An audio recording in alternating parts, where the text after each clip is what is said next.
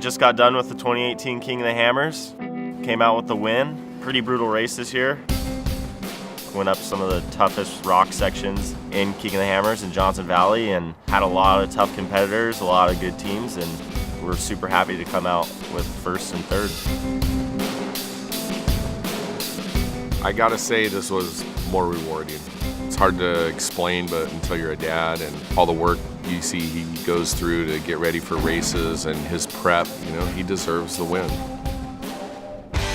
I think this was 10 years now that Polaris has won King of the Hammers, and that's one big thing that I want to do is keep it going for Polaris.